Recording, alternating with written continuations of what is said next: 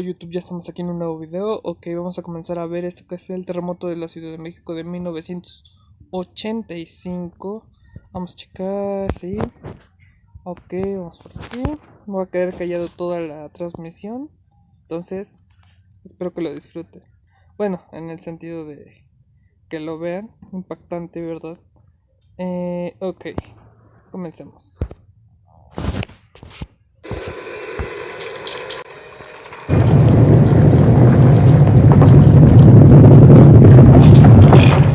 Está temblando un poquitito. No se asusten, vamos a quedarnos. Les doy la hora. 7 de la mañana, ay, no, 7 de la mañana, 19 minutos, 48 segundos, tiempo del centro de México. Sigue temblando un poquitito, pero pues vamos a tomarlo con una gran tranquilidad. Mientras se transmitían estas imágenes, la comunicación con el exterior se cortó abruptamente. México se sumió en el silencio.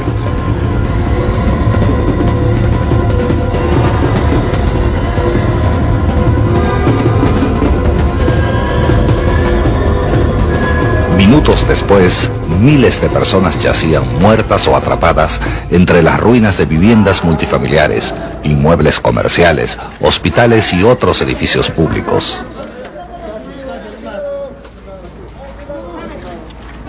El sismo fue el más violento en la historia de México. Registró 8.1 en la escala de Richter y se le considera el más fuerte en intensidad observada en todo el hemisferio durante el presente siglo. La magnitud del desastre fue impresionante. En los pocos minutos que duró el movimiento telúrico, más de 5.000 edificaciones fueron parcial o completamente destruidas.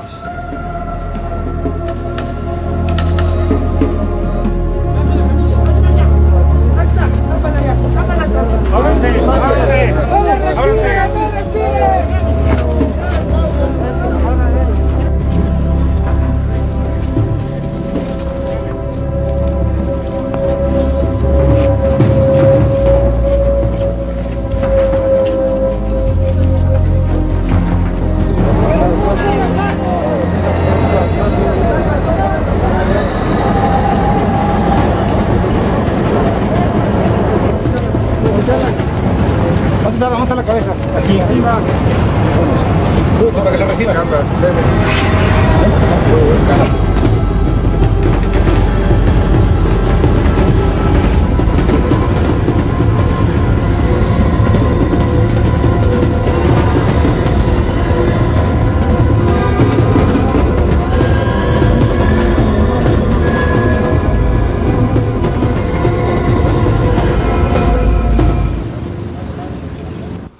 Inmediatamente hubo un gran despliegue de solidaridad.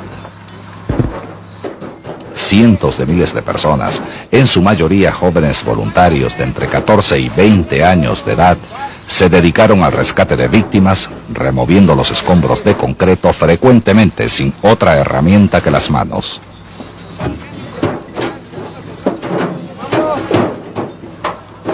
Se rescataron gran cantidad de personas que sobrevivieron a pesar de las condiciones tan adversas. Niños y adultos que estoicamente soportaron, algunas veces durante varios días, la falta de alimento, luz, deficiencia de oxígeno y la carencia total de agua.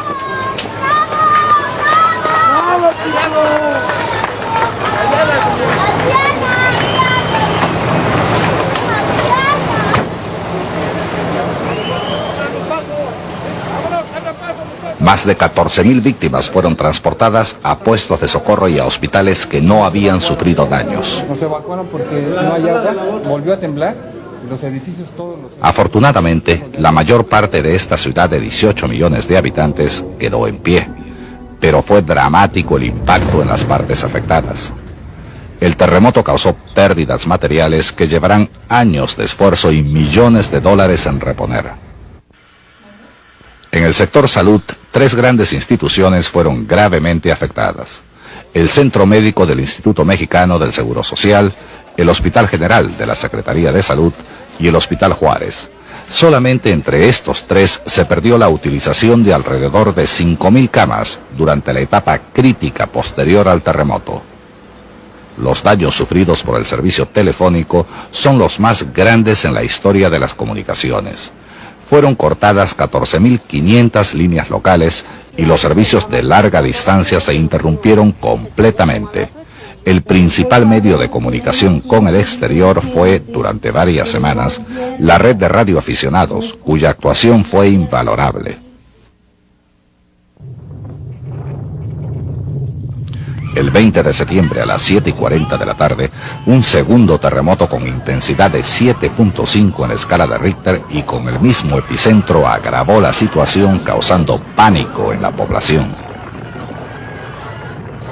En un hospital del Distrito Federal, el personal se encontraba atendiendo a las víctimas del primer terremoto cuando la tierra comenzó a temblar por segunda vez. ¡Está incendiando! Foco que está prendido y no pasa nada. Si esto no fuera seguro, no estaríamos aquí con tranquilidad nada más. Está temblando. No, nomás que guarden orden. Es peligroso tener pacientes en una zona que es eminentemente sísmica, como acaba de suceder. Bueno, el edificio ha resistido extraordinariamente bien, no hay ningún problema, pero estamos causando pánico constantemente a los pacientes. Entonces, queremos es que bajen todos corriendo también porque... No, lo estamos haciendo, hemos pedido que sea con calma todo. Está el ingeniero aquí. Pues yo siento que el edificio está bastante dañado, está fracturado. Tiene bastantes fracturas, así es que no podemos saber si ya no va a temblar, si ya no tiembla. Les comentaba que puede quedarse así, ¿verdad? Sí. Pero puede haber un pequeño temblor Y que precipite algún problema. y que haga que se colapse el edificio. Lo que yo estaba recomendando era una evacuación tranquila, cerrar el hospital y posteriormente, cuando las cosas hayan sumado su causa normal, regresar y evaluar. En este hospital, como en muchos otros, la electricidad se cortó.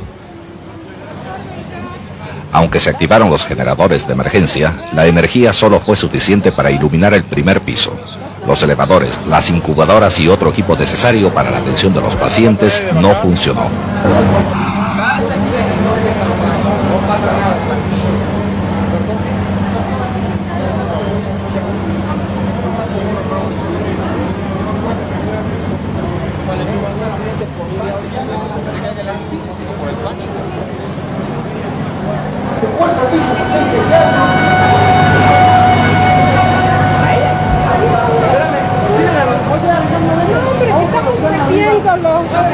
Cállese a los que están allá afuera de voluntarios que nos ayuden. Nosotros vamos al cuarto piso con los que están ahí. Agárrate la camilla. Dale. Vamos al cuarto piso. Vámonos. Escenas como esta sucedieron en las más grandes instituciones hospitalarias del Distrito Federal. El día 19, después de haber transcurrido el primer sismo, el Centro Médico del Seguro Social y el Hospital General evacuaron alrededor de 4.000 pacientes.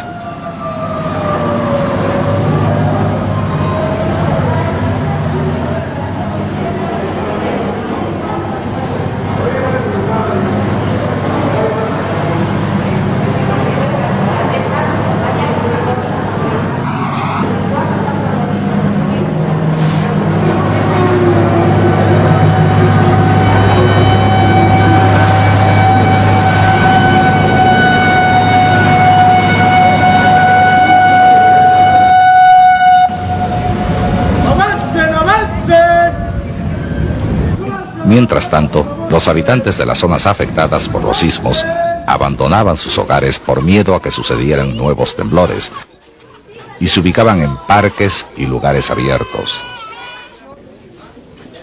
así como en improvisados albergues.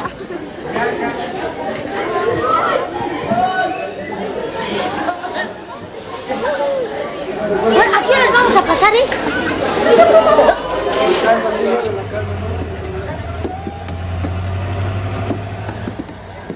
En toda la zona del desastre, los trabajos de rescate prosiguieron a través de la noche. Ahí está una más alta. Ahí hay una persona.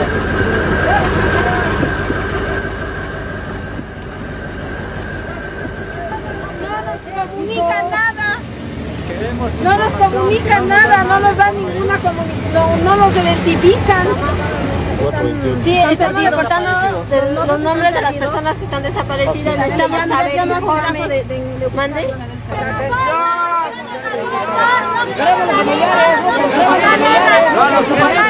No nos quieren informar nada. No quieren que nos vayamos a trabajar. Nosotros queremos trabajar. En las afueras del Hospital Juárez, cientos de familiares de las personas que se encontraban dentro del hospital en el momento del sismo esperaban impacientemente y por varios días noticias de sus seres queridos. Al mismo tiempo, dentro del área hospitalaria se desarrollaba otro drama.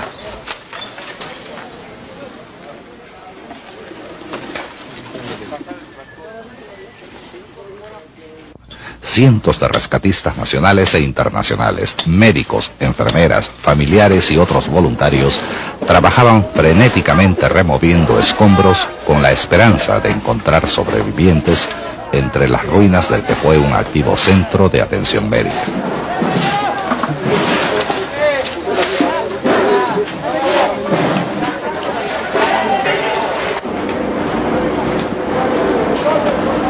Organizamos el grupo de 10 hombres, quiero que se queden a hablar hacia el resto del impuesto. No, porque ellos saben que nosotros vamos iniciando de la parte de obra. Cuando haya ruido de gente viva, entonces metemos un grupo de franceses. Entonces, vamos quitando de las cosas que impiden acercarnos hacia la parte interior del edificio. Los asesores de ellos, quiero comentar algo, yo soy ingeniero. Esta cosa no le va a pasar ya nada. Nos tocó el temblor del otro día y no se lo absolutamente. Entonces, pónganle confianza, vamos a hacer huecos de esto, vamos a buscar a ver si hay gente viva todavía. Vamos a orar, vamos a hacer grupos de gente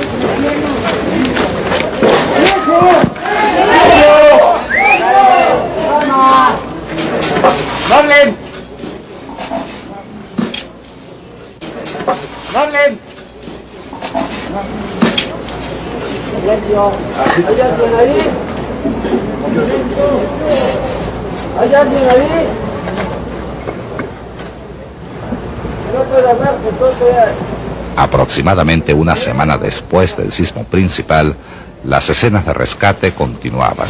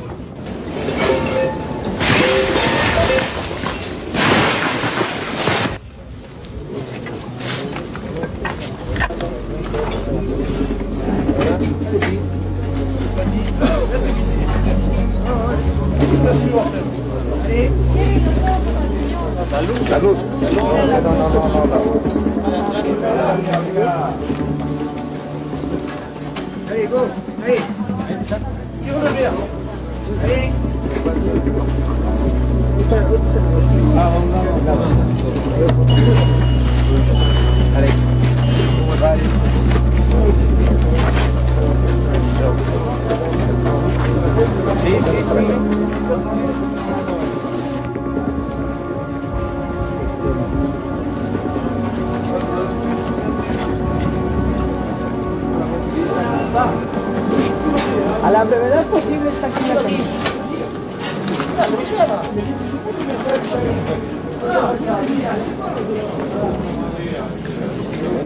A esta mujer le tuvieron que amputar ambas piernas para poderla liberar del bloque de concreto que la aprisionaba. Al llegar a manos de los médicos tuvo un paro cardíaco.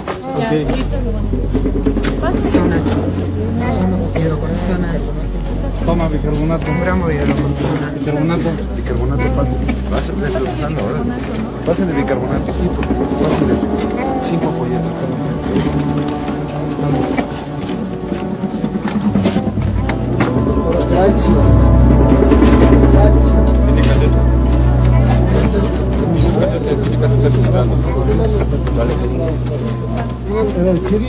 Sin embargo, fue posible salvarle la vida.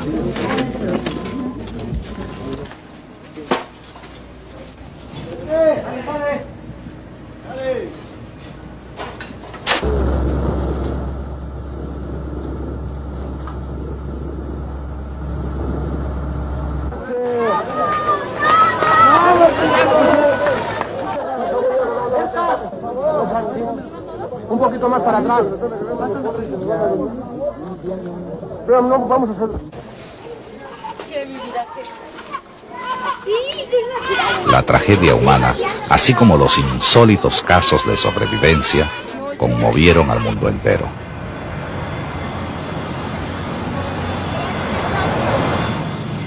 A las 24 horas de sucedido el desastre, empezaron a llegar al aeropuerto aviones procedentes de diferentes países. Arribaron llenos de cajas con todo tipo de suministros de socorro, incluyendo más de 400 toneladas de medicamentos. Desafortunadamente, hubiera sido mejor que la solidaridad internacional esperase a que se supiera exactamente qué necesidades tenía el país, para que el socorro realmente aliviara la situación, en lugar de aumentar la confusión y el desorden.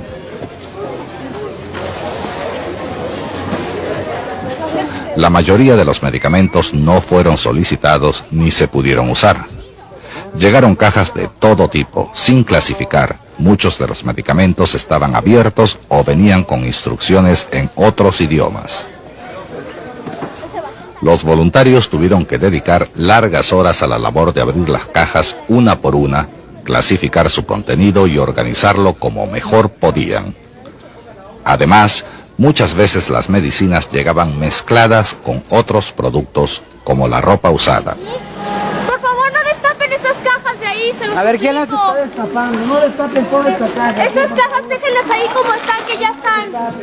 ¿Quién la destapó? Por favor. Una de las más penosas tareas fue la recuperación e identificación de cadáveres. Este es el estadio de béisbol en el Parque del Seguro Social del Distrito Federal.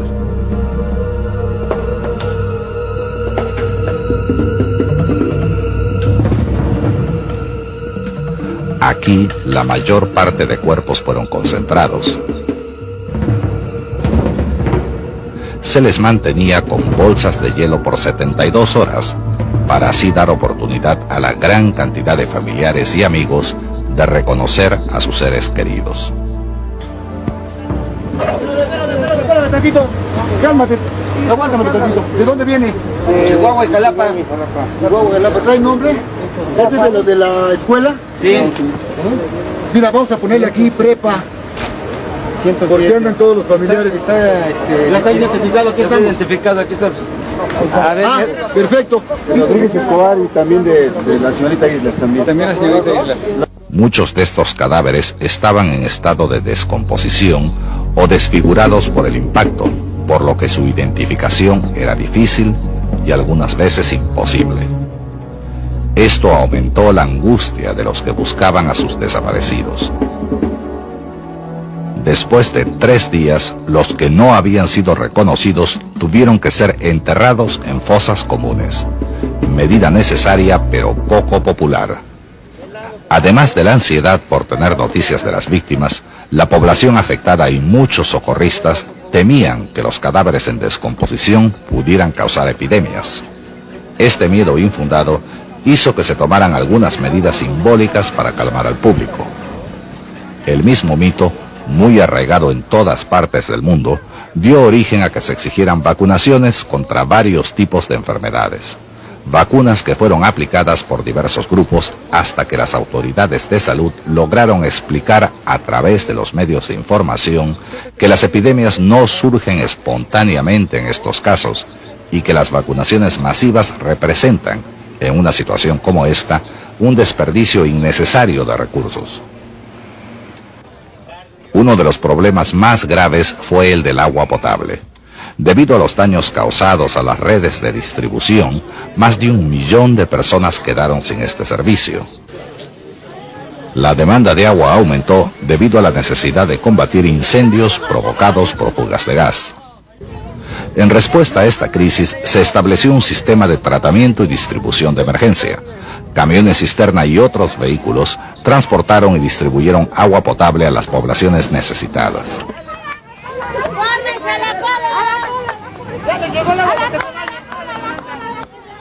Aún así, mientras se reparaban las tuberías, por un lado, algunos impacientes las rompían por otro en su afán de abastecerse.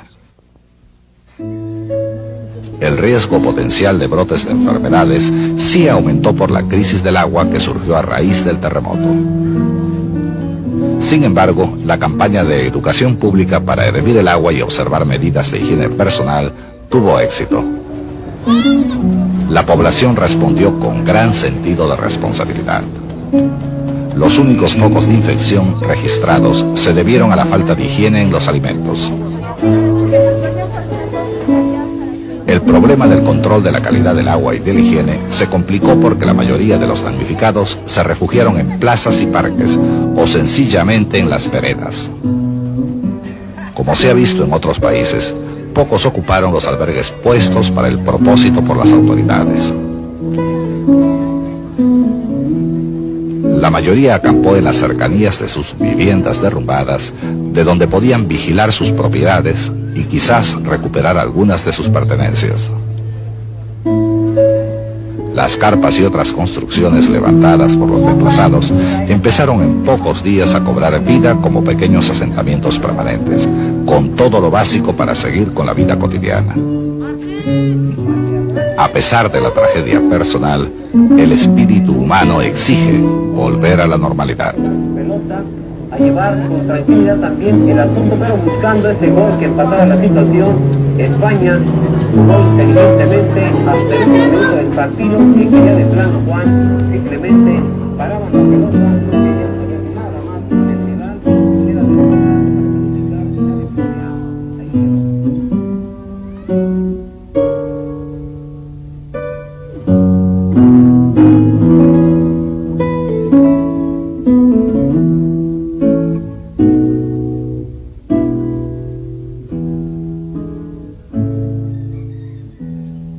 Sin embargo, la crisis no había terminado. Para muchas personas, como estos niños rescatados, la pesadilla continúa. Además de las lesiones físicas, sufrieron trastornos psicológicos algunas veces más duraderos. Muchos no solo vivieron el terror del terremoto, sino que perdieron en él a sus familiares. Diles adiós. Diles adiós.